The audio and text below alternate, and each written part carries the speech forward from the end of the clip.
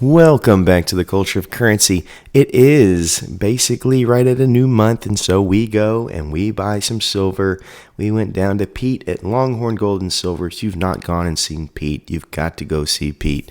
He does amazing things, and he offers amazing prices on the metals that we love, which we'll get to here in a second. So as you see, we have 3 tubes right here.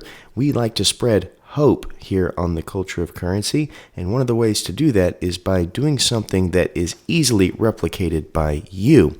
Yes, we spend $100 a month-ish on silver, both in the generic realm, and then we also go, which we'll have an unboxing video soon, of a more premium variety of about the same price.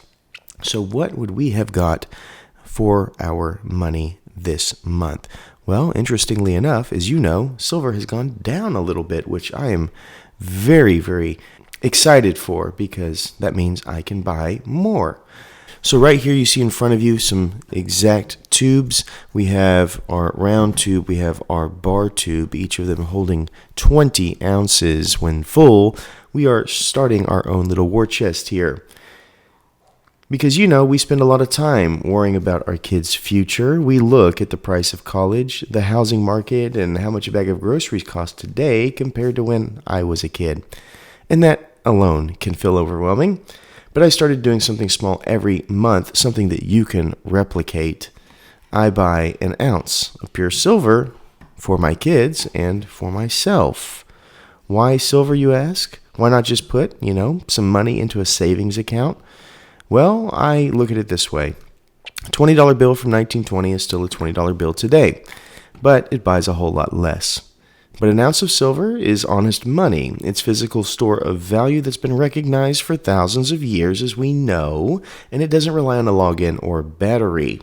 By the time my daughter turns 18, she won't have a number on a screen. She'll have a literal treasure chest filled with hundreds of ounces of real treasure. It'll teach patients that we don't spend money, we grow it. They'll both learn about value, where he and she can feel the weight of their hard work in their hands. And obviously there's a legacy here. It's a safety net that inflation just doesn't melt away.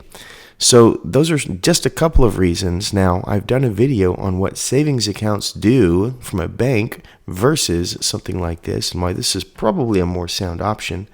But that's because I also have investment vehicles. I have vehicles like the 529. I have vehicles like a APMEX, where their wealth do have the ability to grow over time and compound interest. But this is just a small once-a-month habit that carries a lot of weight that in time will provide a great little nest egg in case oopsies things happen. We can be taken care of. So what did my daughter get with her money this week? Well, as you know, we had silver spot sitting at $72.07, and what do you know? I bought under spot. This right here is a bar. Pete, like I said, is amazing. This bar right here cost me $71. Why, you ask? Well, because somebody came and sold a ton of silver bars to Pete, and he has a storage problem now. So these were $1 under spot. So my daughter gets to add that to her little stack. My son, same thing. He was selling his standard rounds for $76. These were at $71. He got himself a Scottsdale bar. Really cool there. And I told them, I said, you know what, guys, which my kids are little, by the way, if you go with the bar, that costs less, and I'll give you cash the difference, which was a couple of bucks. So I handed them some cash over the counter. They took their bars and they went on their merry way. What about me, though? With $100, what are the things that I brought? Well, I asked him how much he would be selling his Morgans for, because I'm starting to get more of an affinity to stack a tube of these. And he said those would come in at $55. So I was like, you know what? I'm going to get 2 Morgans for $110 and call that my contribution for this month. So this is a 1890 New Orleans mint. Not in very good quality, as you can see. But hey, it's from New Orleans. I like New Orleans, so I was like, I'll go with that one. But even beyond that, that means that I got 2 of those, like I said, and this one might be special. But it also might be a dud. This is an IGC slabbed 1884O, and they are calling this a MS65. Now, I need to give you a zoom in on this and tell me if this is an MS65 or not, because I'm going to be honest, I'm a little bit skeptical.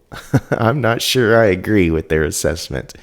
They're the experts, and they claim that this is an MS65. So you tell me in the comments below. Regardless, it was $55, and I was like, you know what? I might as well take it. And it is, once again, from the New Orleans Mint, which I know everyone loves Carson City, but I'm a New Orleans guy, so I went with this one. Has decent luster, but I'm not sure I agree with the 65. But you let me know in the comments on that. So there you have it, folks. Here, another month, we have another ounce for my little girl, my little boy, and 2 Morgans for myself. That is what we have for you today. Hopefully, you see what I'm doing here, and you're like, you know what? I think I can replicate that on my end. We're not here trying to invest in a way that is a growth vehicle, but we're trying to play defense by doing little things like this. But until next time, please remember to stay classy and current with the culture of currency.